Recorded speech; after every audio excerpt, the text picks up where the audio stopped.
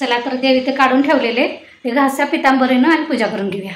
Hello नमस्कार, मी प्रतिभा तुम्हा सर्वांचं स्वागत करते आपल्या चॅनलवर। तर आजचा दिवस मला खूप छान सुंदर जाऊन तुमच्या मनातील सर्व इच्छा पूर्ण।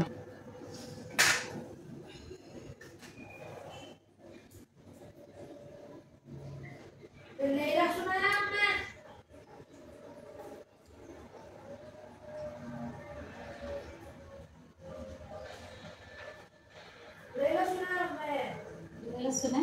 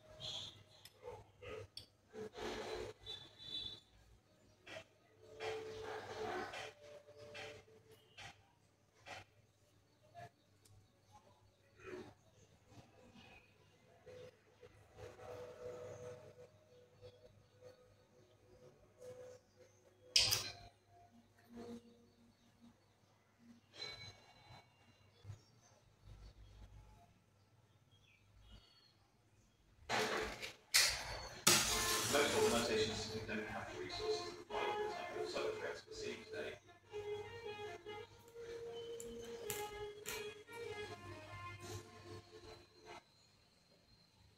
Hello everyone, Elite Cameraman here. And part 3 finally arrived and it definitely was worth the wait. Boom cooked hard and...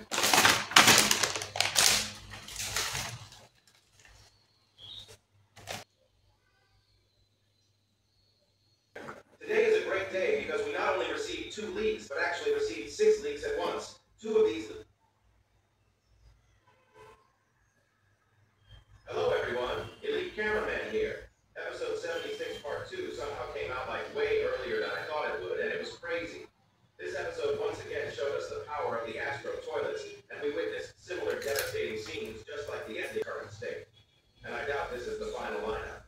It's possible that there are still Astro toilets useless in reverse. Here you go. Listen to it in reverse yourself. Got this useless trash in reverse, following the cameraman around the area trash and teleports away with a dead body. Here you go. Listen to it in reverse yourself. चला तर माझी देवपूजा झालेली आहे। आता फक्त वैभव लक्ष्मीची व्रत कथा वाचायची आणि आरती काय मी नंतर संध्याकाळी नैवेद्य टाकून करणार आहे। चला नंतर भेटू, अगोदर कथा वाचून घेऊ। माझी कथा वाचून झालेली आहे।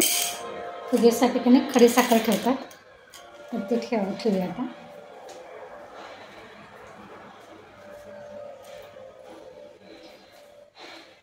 आता चपात्या करायचे, ते चपात्या करूया आणि हा कढीपत्ता आणलाय। पलीकडे आमच्या इथे ना मोठंसं झाड आहे, झाडाचा कढीपत्ता आणलाय तो काढून मला चिरमुऱ्याचं भडंग करायचं। चिरमुरं किंवा भाजकं पोहे, भाजकं पोहे का आता मिळतील नाही मिळतील, मिळालं तर भाजक्या पोह्यांचा म्हणजे भाजकं पोहे म्हणजे दिवाळीला जे करतात की नाही त्याचं करायचं, ते नाही मिळालं तर मग चिरमुऱ्याचा भडंग करायचं। चला त्या अगोदर काही चपात्या करून घेऊया, थोडीशी भांडी ती आवरून घेऊया। चपाती झाल्या, वांग्याची भाजी फोडणीला टाकली, आता लसूण सोलून घेऊया म्हणजे भडंगसाठी की नाही बरं होईल।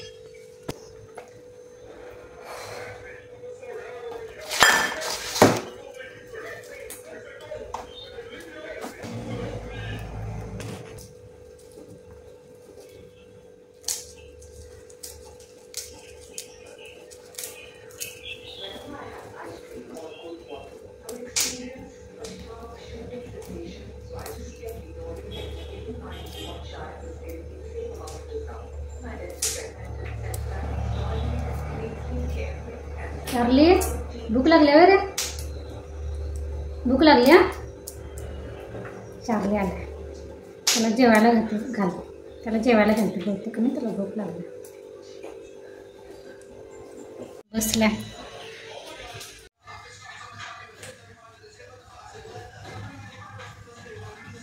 चला तर आता कणी भडंगची तयारी करून घेते. त्यासाठीचं सगळं साहित्य कणी काढून ठेवूया, नाहीतर मग नंतर हे विसरलं ते विसरलं असं होतं.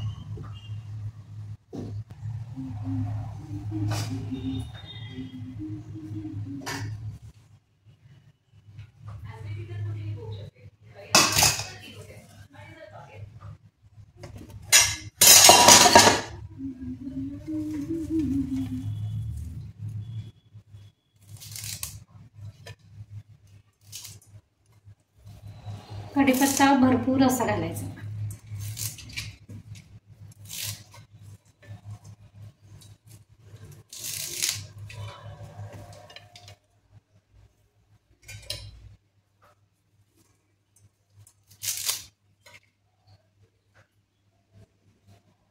बटाट्याची डाळ,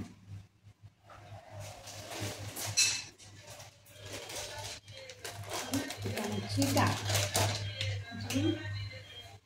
हळद, मीठ, लाल तिखट पावडर, साखर काढायची आणि गोडा मसाला. अजून काय राहिलं? चिरमुरं थोडंसं कधी चालून बघते, कोंडा जो खाली असेल ते काढून घेते. हा कोंडा कधी दिसत नाही, पण थोडासा असतोच खाली. चिवड्याला म्हणा चिरमुऱ्याला म्हणा की नाही असतोच खाली. कोंडा म्हणायचे त्याची जी पावडर असते की नाही ती असते. त्यामुळे कधी एकदा चाळून फिरवून घ्यायची, बाकी कुरकुरीत राहील.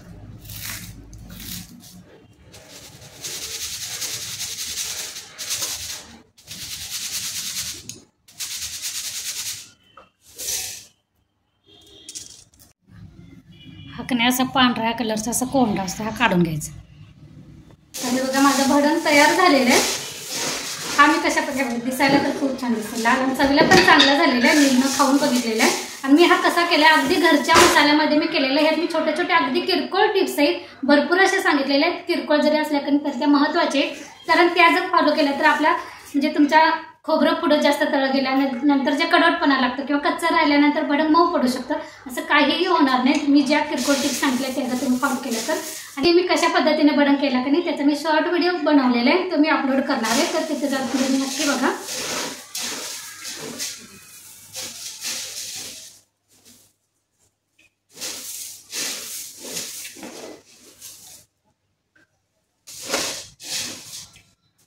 आता काही थोडंसं गार होऊ दे आणि त्यानंतर भरून ठेवते. लाईट गेलेली आहे. काळ्या तिळाची चटणी कधी करायला घेतली होती, भाजलं तीळ तोपर्यंत लाईट गेली. तर आता कधी तोपर्यंत खिचडी बनवून घेते, कारण माझा उपवास आहे. सकाळी फक्त एकदाच चहा घेतलाय, तेवढा आहे. आता किती वाजले माहिती आहे? नीलू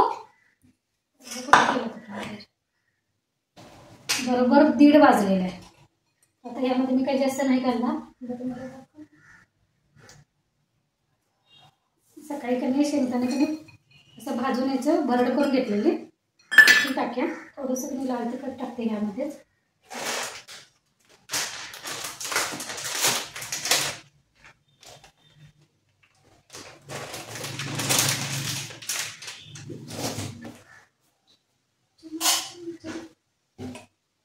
तेल घालते त्यामध्ये.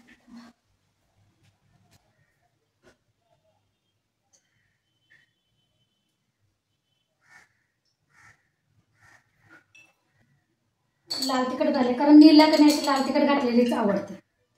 लाल तिखटाची घाले. त्यामध्ये बटाटा घातला तर चांगला होतोय, पण आता कधी वेळ नाही, कारण हे भडंग वगैरे आलेले. कारण भडंग वगैरे केलेली कधी पसारा पण इतका पडलाय. हा ठेवायचा नाही.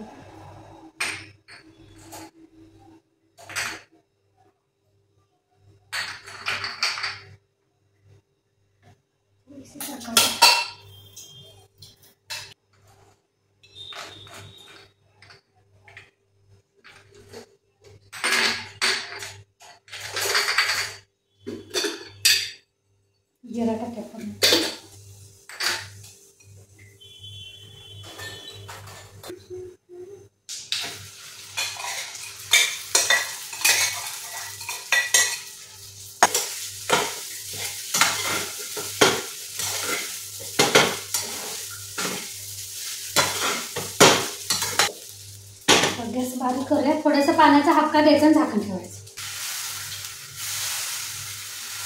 पाणी गॅसवर वाफवून घ्यायची म्हणजे चवीला येते. तर हे बघा इथं मी त्याने काळ्या तिळाचं तिळकुट पण करून घेतलेलं आहे.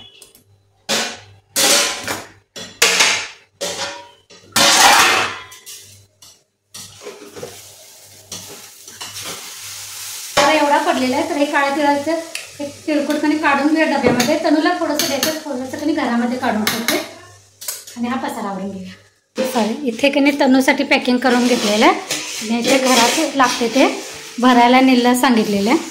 कसं पोरं बाहेर शिकायला असली की नाही सारखं 15 दिवसांना असं जर करून दिलं तर बरं असतं. कारण कसं आपल्या पोरांना शाळेतून घरी आल्यानंतर काही ते खायची सवय असते आणि बाहेर तिथं खायचं म्हटलं की नाही बाहेर हल्ली मिळतं खूप म्हणजे भरपूर प्रमाणात मिळतं. पण तिथलं पाणी चांगलं नसतं, पाणी सुटवित नाही किंवा ते करायची पद्धत चांगली नसते. त्यामुळे पोरं कणी सारखे आजारी पडतात. त्यामुळे वरचेवर कणी असं आपल्या घरात जे काय प्रत्येक वेळी चकली म्हणा, चिवडा म्हणा, भडंग म्हणा असं काहीतरी कणी करून दिलं की लाड वगैरे पोरांना पण कणी शाळेतून आल्यानंतर थोडंसं खाल्लं की बरं पडतं. तर त्यासाठी मी इथे अजून शेंगदाण्याची चटणी केलेली ती ठेवली आहे. तिळकुट केले ते पण छोट्याशा डबीमधून देणार आहे मी आणि भडंग आणि अजून फळं पण घ्यायचे. ते जाताना त्याचे बाबा घेऊन जाते.